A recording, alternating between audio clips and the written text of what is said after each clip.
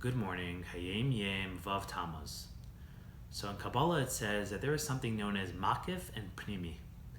And generally we'll say that certain objects or certain forces or certain beings are Makkifdike, while other objects and other beings and other forces are Pnimisdike.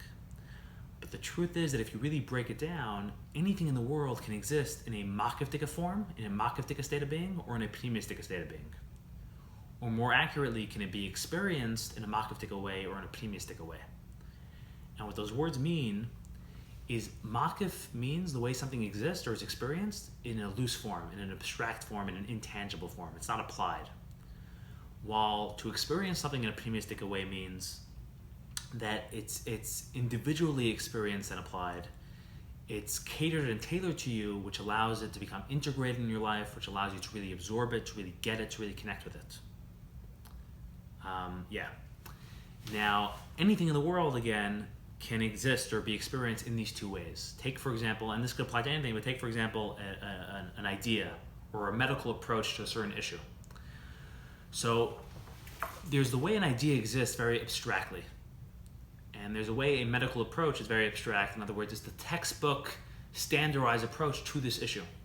And you as a medical student could read the textbook and know perfectly and get 100s on the test and know perfectly how to officially, in the standard method, how to deal with this illness, but you would actually have no idea how to apply it to real life situations and individual cases and different variables. You just have the one abstract theory about it, basically, or an idea. So it could be worded in a very abstract way, and you can memorize the words and spit back the words and maybe even get it to some extent, but you never really connect with it individually. As opposed to, there's the way you really, really connect with the idea, and the idea really becomes absorbed into your way of thinking, and it becomes very personalized to you, and you understand it in the unique way that only you can understand it. And everything in the world, there's the way it exists in its pure state, and its Makkifdike state, and its loose state, and then there's the way it's individually experienced and integrated and applied in its Pnimisdike state. And in the Hayom Yom it says that, like everything in the world, Mitzvos, the force out there known as Mitzvos, also exists in a Makkifdike state and in a Pnimisdike state. And what it means, the Pnimis of Mitzvos, or the way Mitzvos exist in a Pnimis way, so that is each individual mitzvah, or each individual mitzvah experience, because there's so many different mitzvah experiences with regards to every area of life. And doing each mitzvah feels very different. It's a very different sensation. It's very unique and individual sensation and standalone experience from a different mitzvah. Every mitzvah is beautiful in its own way and it has value in its own way and feels very different than a different mitzvah. And some mitzvahs really feel nothing like the same and don't feel at all like they're really two opposite experiences. They're very individual experiences, very isolated experiences, very personalized, unique experiences. And that's the Pnimius of each mitzvah. But then there's the way mitzvahs exist in Makkif. There's the Makkif of each mitzvah. Which the Makkif of the mitzvahs is the common thread behind all mitzvahs. The way the behind the scenes of each mitzvah, the underlying core and common thread and commonality behind all mitzvahs. Because in general, just to really sum up, is the Makkif of something, or the way something exists or is experienced in a Makkifdike state, is when you're experiencing the thing itself. Makkif is the force itself, the object itself, the way it exists purely on its own, so to speak, the way it really exists for itself. Pnimius is when you experience that force in a certain way. It's the way you connect with, you touch, you experience, you really connect with that force, or with that thing, or with that person, or with that being. But Makkif is really the way it is on its own. And really, all mitzvahs on their own, abstractly, the way they really exist, in their Makkifdike form, what they are at their core is Hashem's Ratzon, an expression of Hashem's desire to us and for us through the mitzvahs. As opposed to each individual mitzvah, the way it looks different from all the other mitzvahs, is the Pnimius of the mitzvah, the way we can connect with and experience and appreciate Hashem's desire towards us and for us. And you, in order to really experience a mitzvah and to get the full mitzvah experience, you need both. And in general, in order to really experience anything in the world, you need both its Makkif and its Pnimi, because again, the Makkif is what it is, what you're experiencing. Pnimius is the way you're experiencing that thing. So, take for example, because to explain mitzvahs, which are expressions of Hashem's desire. Let's say person A wants to express desire to person B. They have a lot of desire for person B, so they want to express desire. So they're going to use a lot of different techniques or methods or approaches or angles in different forms of expressing that desire. But the underlying thread behind all those expressions, the underlying thread behind every way they reach out to express their desire, is that they're trying to express certain desire here, certain ratzon. Now, each individual technique they use, each individual approach they use is going to be a slightly different sensation, is going to feel slightly different, it's going to be a different standalone experience.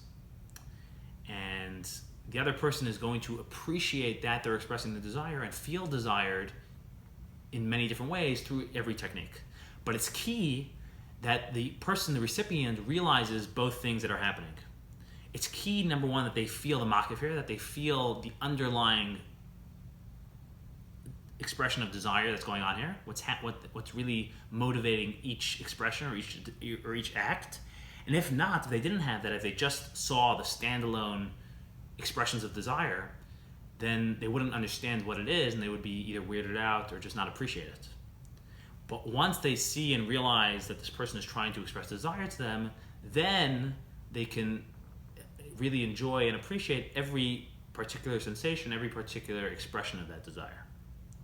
So in the same way with the mitzvahs, in the same exact way with the mitzvahs, the only way to really appreciate and connect and fully experience every unique mitzvah experience is if you first see the Makkif behind all mitzvahs, the Makkif within every mitzvah. You realize that every mitzvah is an expression of Hashem's ratzon, is an expression of Hashem's desire, and every mitzvah is that way equally.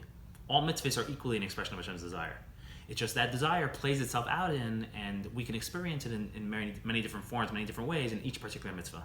But in order to fully experience a mitzvah, one, we have to see through the mitzvah and realize it's an expression of Hashem's desire towards us and for us, the Makkif of the mitzvah, and then we can appreciate and enjoy and really see the beauty of each individual sensation, each individual mitzvah experience.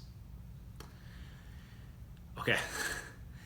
Now he says that although every mitzvah has its unique experience, its unique beauty, its pnimius, and is also a Makkif, also is an expression of Hashem's general desire, certain mitzvahs, what you see more obviously, or what's more obvious in them, is their individual Pnimisdike experience.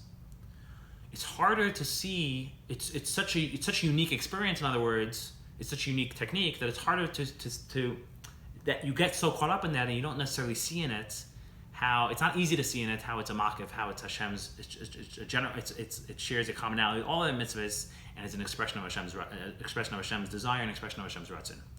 But he said there are certain mitzvahs that are called Kabbalistic mitzvahs, Makkifdike mitzvahs. And although those mitzvahs as well have their own individual value and their own individual experience, what the mitzvah though feels like and the style of the mitzvah is a lot more similar to many other mitzvahs.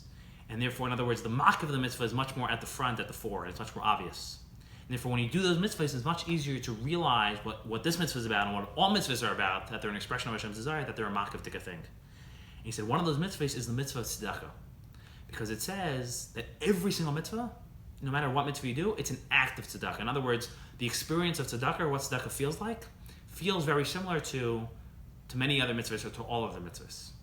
And therefore, when you do tzedakah, it's particularly easy to realize and to tap into and to feel and experience and come to appreciate the Makkif behind all mitzvahs, that all mitzvahs are an expression of Hashem's desire. So he says because of that, because tzedakah is a mitzvah where it's easy to feel the Makkif behind every mitzvah, and every single mitzvah you want to, in order to experience the individual mitzvah, you first have to realize what the mitzvah is really about, the Makkif of the mitzvah.